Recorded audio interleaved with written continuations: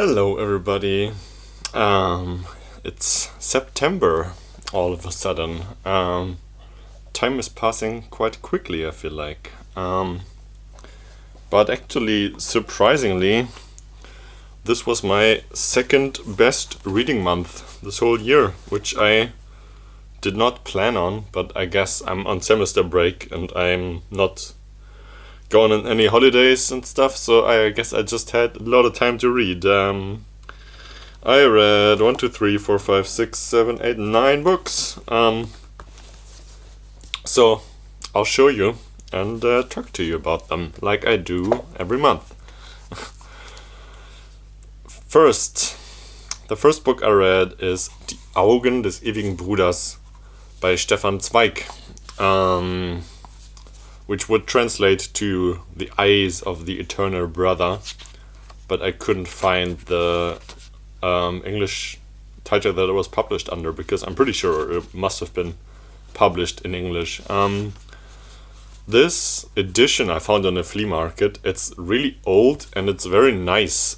Look at it. It's like very high quality. It almost seems handmade, which it's not handmade, but it's just a very nice quality copy.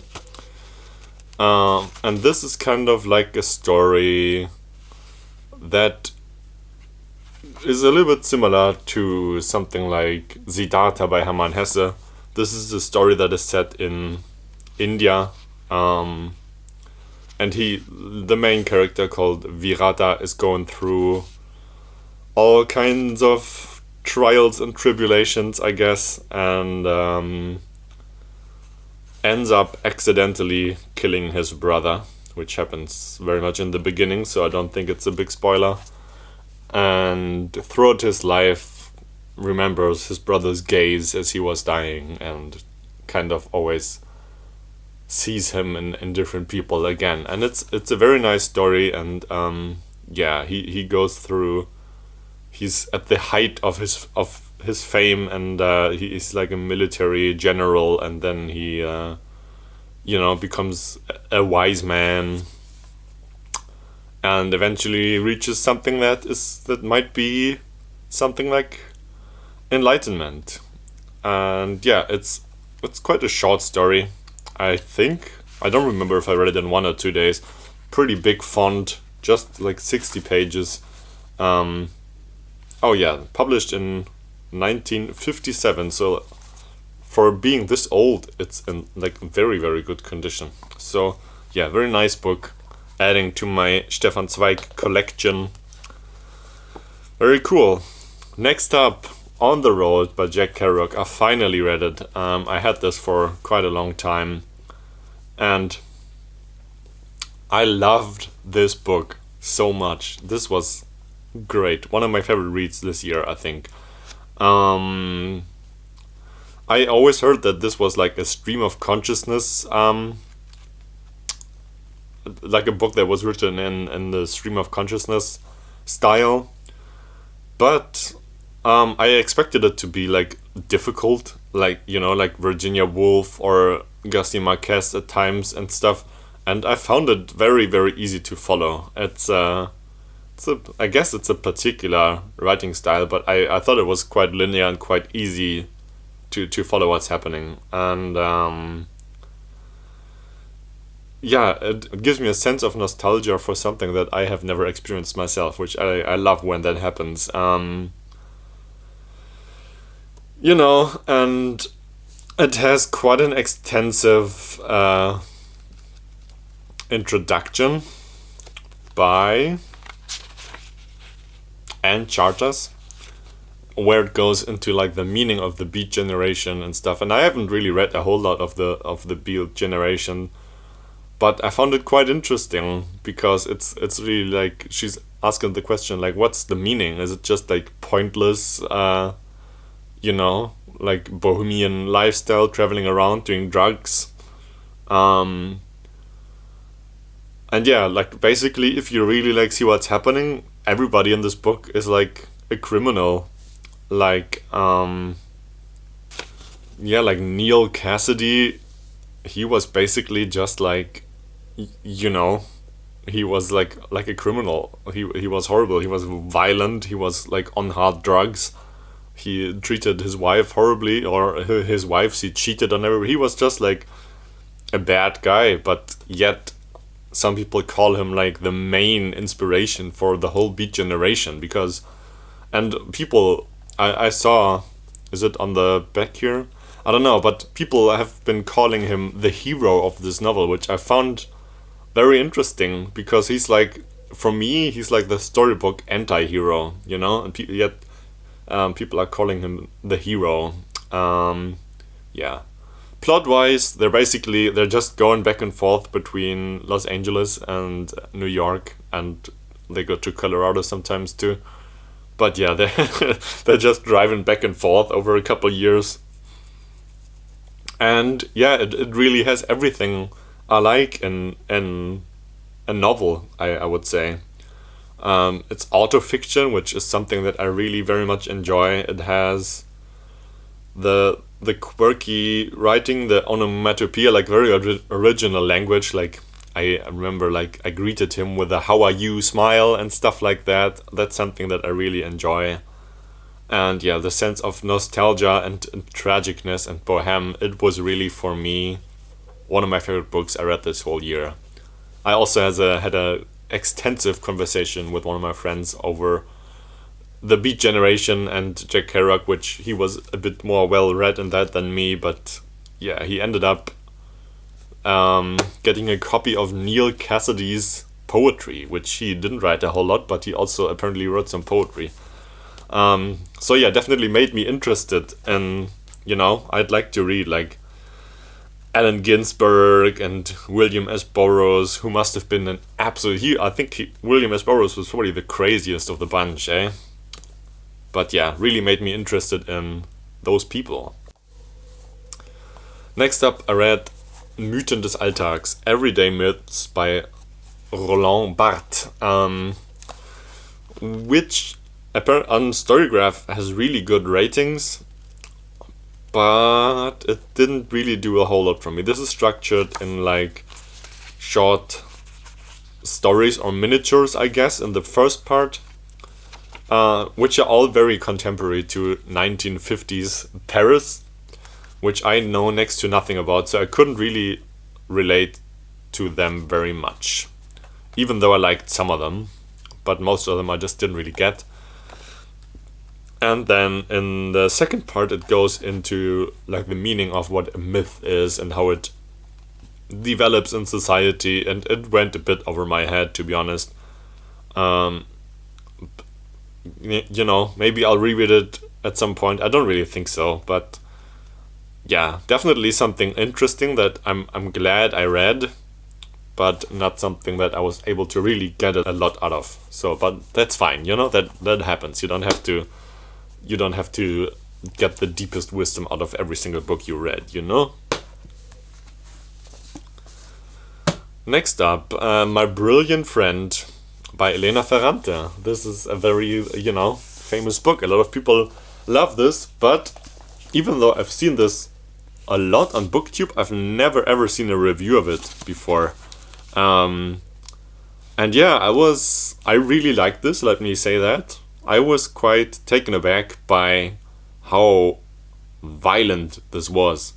So it's part of a 4-book series, the Neapolitan Quartet, and this goes and it follows the two main characters, the narrator who's called Elena. So I guess we don't really know a whole lot. We don't really know anything about the actual Elena Ferrante, except for that it's a pen name. But I'm assuming that this is in some form also like auto-fictional, like this is something that was probably close to her own life, and it goes into the life of her best friends and kind of how they grow up together. And in the first part, it goes through the early childhood, throughout their school and teenage years, until they become like young adults. And another trope that I really like is children as narrators, because it's not easy to pull that off. I've seen a lot of authors including like really famous authors, doing like in my opinion, a really bad job at describing children and what childhood is like. But not Elena Ferrante is not one of them. I really like her descriptions of like jealousy and violence, and like the kids, they treat each other horribly, they beat each other up, they're jealous of absolutely anything. And her and Lila, her friend, they're like, they have kind of a love-hate relationship most times. Yeah, and I really like that, how it's so normal for young kids. Like, you know, their experience, they don't really have anything to compare it to when they're 6 years old. So all that violence and all that jealousy it's just their reality. Yeah, and their friendship kind of becomes a competition. Right. So the characters have a lot of nicknames, and it's a very large cast of characters, and I found it at times a bit confusing who's who, but I don't think it really matters too much, you know, because I find it very interesting how the male characters are written in this book. There are a lot of characters, as I said, and all the boys and men are just terrible. They're predatory. They immediately resort to violence. You know, someone looks at them in a weird way, or someone insults their sister or something. Immediately, like extreme, straight out violence, beating up. You know, slashing their tires or whatever. I found that very interesting. There's not a single good guy in this book, and maybe not even a single good person in general. And still, some of them are kind of lovable, you know. I feel like Sturgraf always asks you that question, if the book has lovable characters. I feel like some of the characters were still lovable, mainly the two female leads, not so much all these violent teenage boys. But yes, I also wrote down a question about the ending, but I don't think I'll spoil it here. I'll keep this spoiler free. This is a really cool book, and this is, I think, one of those books that can like unite BookTube, because I think all kinds of people could enjoy this book. I feel like someone who usually reads fantasy, who usually reads romance, you know, that's a very different side of BookTube than, you know, the lit bros and the Cormac McCarthy kind of guys. But I feel like this is a book that gives all of us a lot of common ground. So I really recommend this to anyone. And I'll be on the lookout for the next 3 parts. Yeah, 3 more parts with these same characters. And I'm excited to know how this continues. Next up, I read White Nights by Fyodor Dostoevsky. I had a discussion about this in my last book haul video. I obtained this very recently, and someone was like, "Oh, it's so great! You should read it." And I did read it, and I really did love it. You know, I didn't expect to dislike it because I very much like Dostoevsky, but yeah, I thought this was great. This was, you know, it has a lot of elements that, you know, I like in short stories and novellas that probably wouldn't work in a proper novel. For example, that this is only set at night and completely leaves out anything that happens during the day, which I feel like, yeah, that is something I like, that when the stories embrace what they are, like a short novella, you know. This also has very nice and very, at some parts, weird illustrations. Let me try to find one. Look at this. It has some crazy, like, psychedelic drawings, which I didn't expect for a story like this, but yeah, look at that. That's a little bit scary. Yeah, but very cool. I really liked how this book is almost exclusively conversation. There's not really much narration going on, and it's so full of, you know, it's so full of pathos and passion and emotion. It's so emotional. I like that. I feel like that is really. I haven't really read too much Dostoevsky to really have a complete opinion about this, but I feel like this pathos, this urgency, this tense writing, that is really something that he's very good at. And he's very good at building tension also. Like, I was actually quite, I feel like I was quite tensing up towards the end, and I really wanted to know how it ends, And yeah, I don't know if, this book is old enough where I don't really think it matters if I spoil the ending. There's heartbreak. I could relate to this very much. I feel for that guy. Yeah, oh, look at that. I like that one. Very cool, very cool. I was very lucky to find an edition like this. And yeah, it really reminded me of the Storm and Struggle, which this was way later than Storm and Struggle. I don't know if you know this. This was kind of a poetical movement in like Goethe's time. So towards the end of this 18th century, beginning of the 19th, and this was a bit later. But yeah, this young love, this pathos, this struggle, this urgency, that's very something that those are all elements of the Storm and Struggle writers, which I very much like. But yeah, that's it. Very cool, very nice. Loved it. Next up, I read A Little Life. Can you believe that? Also, a book that I see everybody mention on BookTube, but I've never really seen a review of this until recently. Christopher Russell, he uploaded a review that I watched. It was funny because I read in the same month, but I actually filmed a separate clip for this right after I finished it, so I'll just show you that now, and then you'll come back to me after that. Hello. I have just finished A Little Life by Hanya Yanagihara. It's a very hard name to pronounce. I wanted to film my review now that my thoughts are still fresh, because I think I have a lot to say. My one post-it note is filled to the brim. I always limit myself to writing just one post-it note. So yeah, this is obviously gonna contain some spoilers. I thought about keeping this spoiler free, but I think I will need to talk about the ending. So if you don't want to see that, then skip to whatever time is shown somewhere here right now. Alright, let us start. So I'll briefly give you an overview through the story, then I'll talk about all the flaws of this book, because I think there are a lot. But I also really liked a lot of stuff. Otherwise I wouldn't have finished this.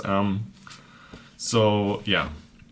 So the story starts out with 4 students called Jude, Willem, JB, and Malcolm.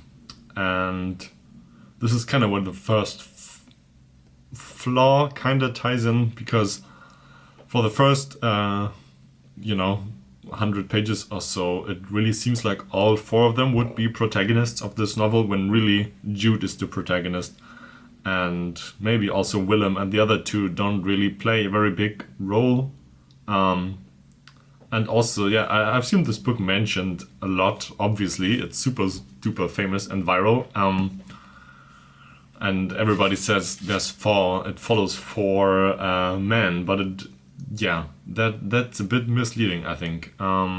Also, maybe that just was because I heard people, read the blurbs and stuff. But yeah, we do follow all of them, but we closely follow Jude. He's the protagonist, and Malcolm is the main character. The other 2 don't really play a very big role, I would say.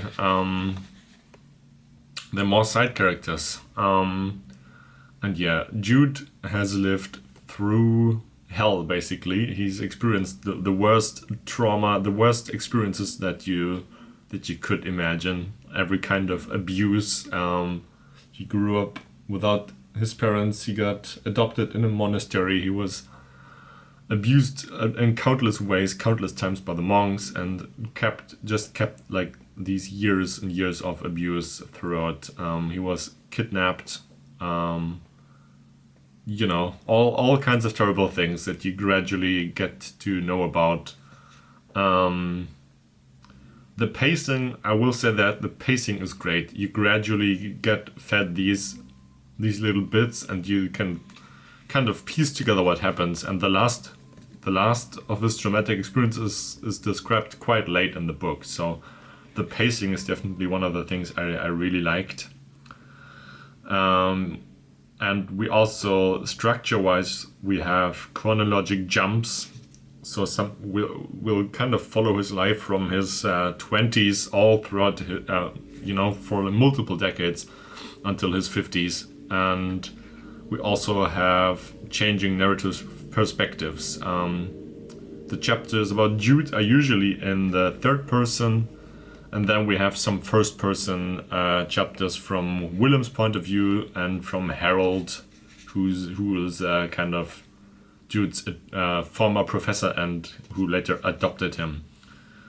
And then we also, Yanagihara has never a chapter from JB's point of view. JB is, I didn't even say this, Jude becomes a lawyer, a very successful one. Willem becomes a very successful, like, A-list celebrity actor. Malcolm becomes, they all become extremely successful.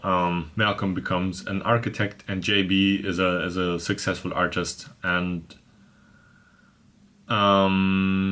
yes, so we do get one chapter from JB's point of view describing his addiction. And that for me also was a bit irritating because it doesn't really tie in with the rest of the story. It's never resolved. It never tells you how he got rid of his addiction.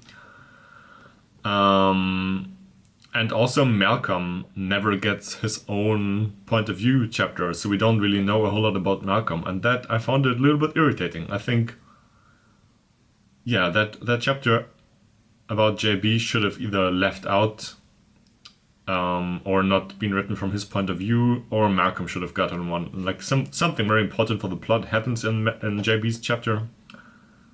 But yeah, I don't think that, I don't feel that was very elegant the way that was written. And also something that I actually Googled and looked up, and I'm not the only person who thought this, but I thought that JB, whose full name is Jean-Baptiste Marion, was vaguely based on Jean-Michel Basquiat, which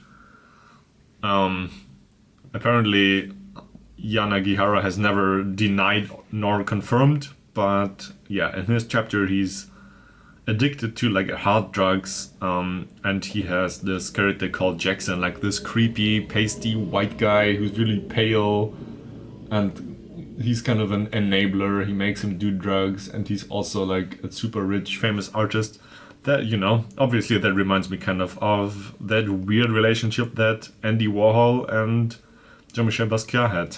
So that's just something that I thought, and it made me think that maybe the other characters are based on real life artists, or people as well, and I just didn't realize that. But yes, so that's kind of, I hope this is structured enough.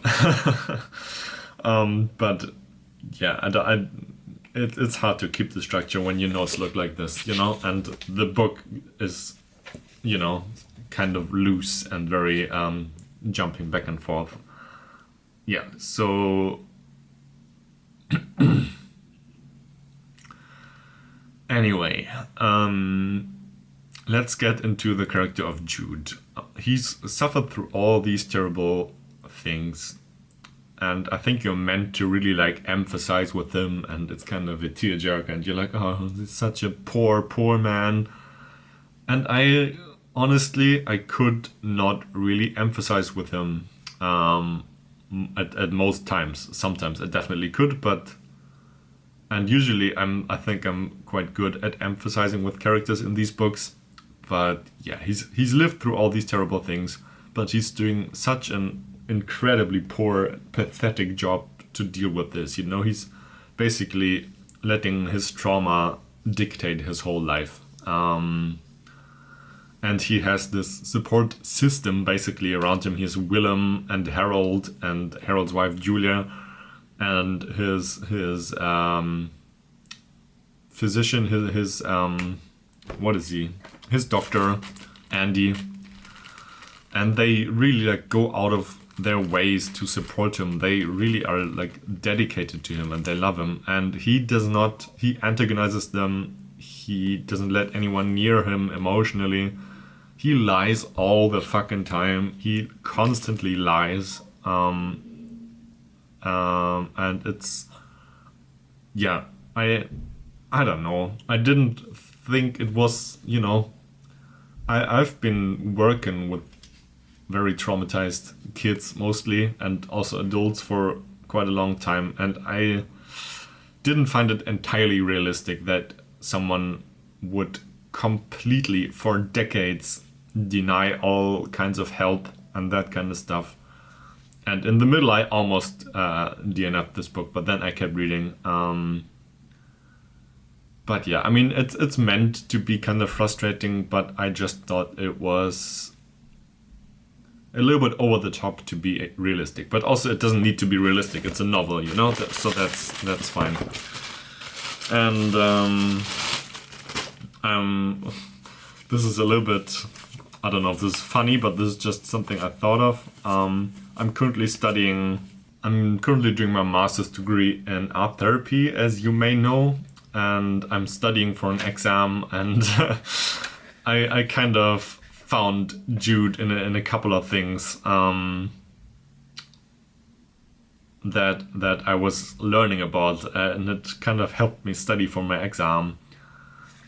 So definitely Jude has internalized a lot of his beliefs, which means I have my little card here.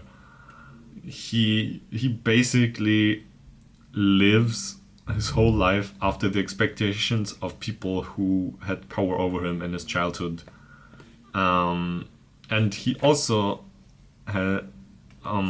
is actively introjecting. So that means he's treating himself like those people would have treated him, and he also expects everybody, like years and years later, he expects people who've been his family and his friends for decades to betray him, and so because they don't do it, he just lies to them.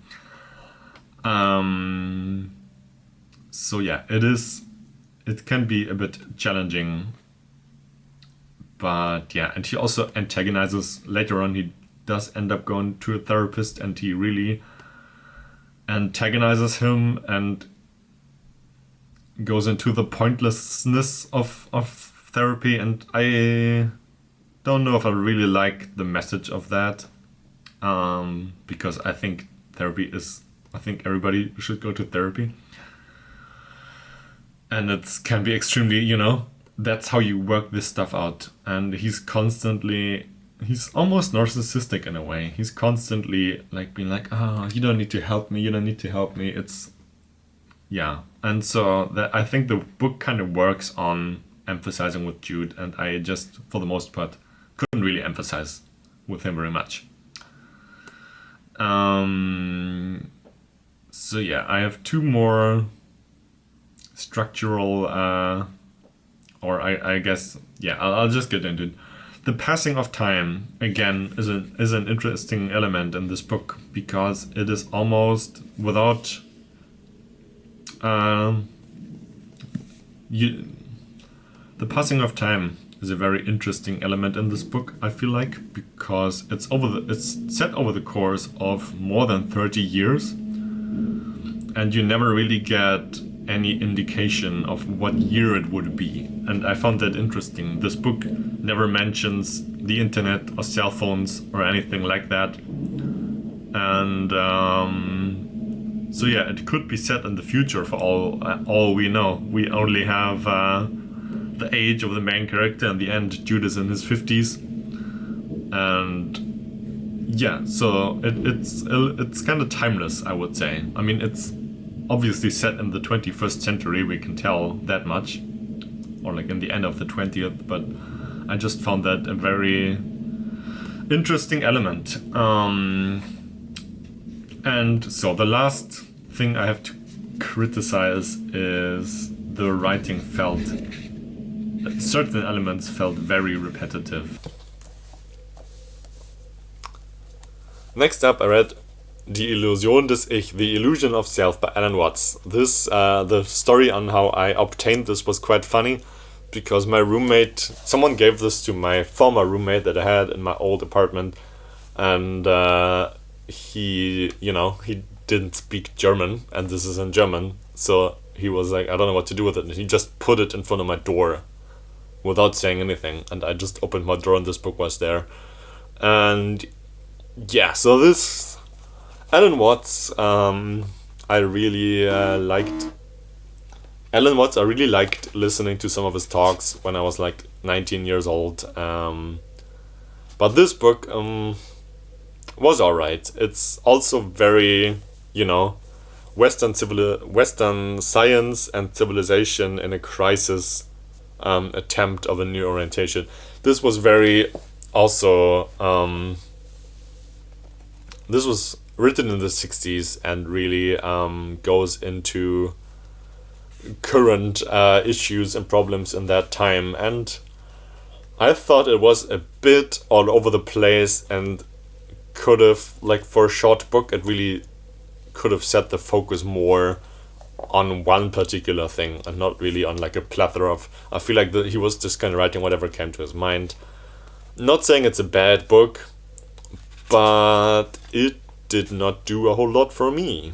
But as I was saying, that's alright, that's alright. That's why I read a lot of books.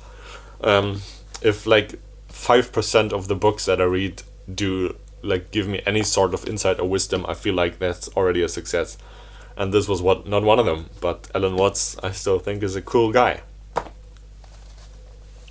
My reread for this month: Love in Times of the Cholera by Gabriel Garcia Marquez. I read this for the first time quite a while ago, probably like 4 or 5 years ago. Back when I had that horrible habit to fold the top of the pages. I since have gotten rid of that. I removed all of the folded pages and put in my tabs instead. This is a great story. This is, Marquez, he's a master narrator. He's amazing at just telling a story, This edition has almost 700 pages. I think normal sized editions have like 400 pages, around that. So it's not a super short story, but, the main character, the protagonist, doesn't appear until like over 100 pages into this book. And the death of Dr. Obino, the wife, the husband of the woman that let me start somewhere else. There's this guy Florentino, and he falls in love with Fermina, and they're kind of dating for a while, and then she says like, well, we can't marry, and she marries a doctor, a rich guy. But Florentino is determined he will love only her, so he waits for her husband to die for 51 years, 9 months, and 4 days. And he's not saving himself for her. He gets with a lot of women, with like 600 women. He keeps a note of every single one of them. This in Marquez fashion, this has so many like weird elements. It's not really magical realism in the same way some of his other books are, but that concept itself is like soft magical realism, I would say. And yeah, as I was saying earlier, the death of Juvenal Urbino, which is the husband of Fermina, is described over more than 100 pages, and I just feel like that is great. You know, that is not something that any old writer could do. Only a master, I feel like, could describe it. It took me quite a long time to read, but it's a great book. I also really love the ending. I think I will spoil the ending. If you don't want to see it, then just skip the next minute. But yeah, and in the end, they do fall in love. They're like 80 years old. They're freshly fallen in love, and they're on this boat, on this ferry, and they have the cholera on the ship. They can't really harbor anywhere, so they just drive back and forth, and they're just happily in love like a teenage couple. And I love that. And the only reason that I didn't give this 5 stars is because I like 100 Years of Solitude more. That is literally the only reason why I didn't give this 5 stars. But it was a great book. And lastly, I read Das Gesicht der Macht bleibt weiß by James Baldwin. The literal translation of the title would be The Face of Power Stays White, but it was published under The Evidence of Things Not Seen. This is the first political essay that I read by James Baldwin, his first piece of non-fiction that I read.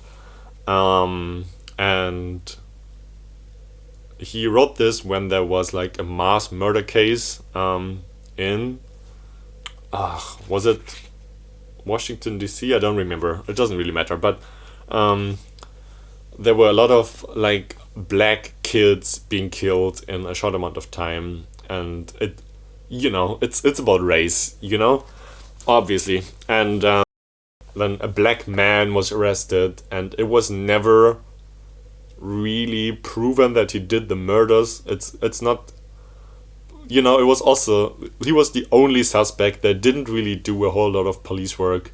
They just found someone to arrest, and they arrested him, and the murders did stop after that. So it's not really, this essay isn't about who's guilty or not. It's just kind of about how society treated this case, and how the color of your skin played such a big role and still does to this day. I feel like all of Baldwin's works that I've read so far function as a parable, even though they were not really written as one. They're still as relevant when they were written as they are today. This was written in the 80s,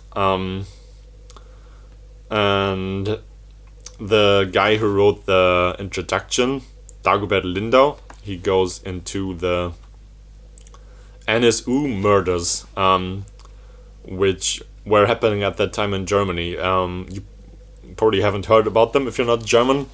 It was I'll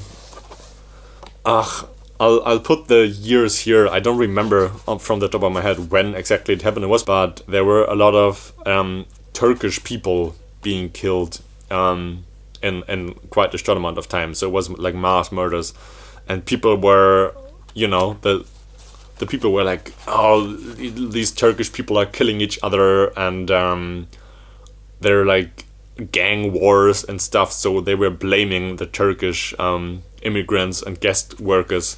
But it turns out it was actually, NSU means the National Socialist Underground. It was actually Nazis.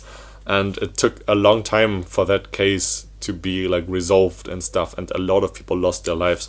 And I found that comparison very, very interesting. That profiling that you do, whether the suspect has the same color of your skin as you or not. And I found interesting how Baldwin goes into the concept of race as a construct, which is actually now has been scientifically proven that it's not really like we aren't different enough from each other to qualify as different races, which is why I don't think, I'm trying to not use that word that much in my everyday language, but in this book it very much matters. Like it's a construct, and Baldwin describes how, how people who have mixed ethnicities, depending on the color of their skin, they would pass as a white person or as a black person, and how they, it's also in, if Beale Street could talk, like I don't remember exactly, but like the narrator, the woman who narrates, she's like clearly a black woman, and her sisters who have the same parents have like lighter skin. That's why they have like a different social status, and it also goes into that. Very, very interesting, very relevant even today. So cool, good read. I'll also show you what I'm reading now. Oh, something I didn't mention. This book, My Brilliant Friend, goes like a lot into the Aeneid, and into the story of Dido and Aeneas, and I found that very interesting because I was currently reading that book. So I have finished it, but it's already September, so it's going to be the next wrap up. But yeah, isn't that cool how books sometimes talk to each other? I'm reading Der Butt by Günter Grass and Paradiso by José Lezama Lima, which are two books that are very long and very, very difficult to read, which I didn't know they were going to be so difficult. Usually I like to read one difficult book at a time, not multiple, but I guess I'll deal with that. I don't even know if I'll finish these this month.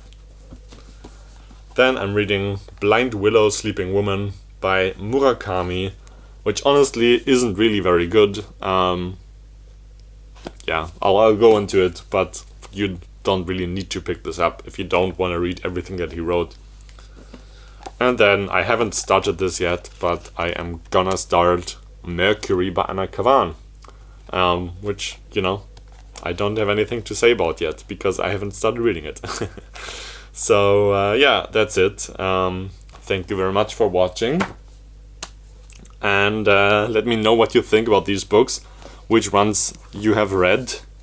Let me know how you liked A Little Life and Elena Ferrante, these famous book talk books that I never seem to really see reviewed.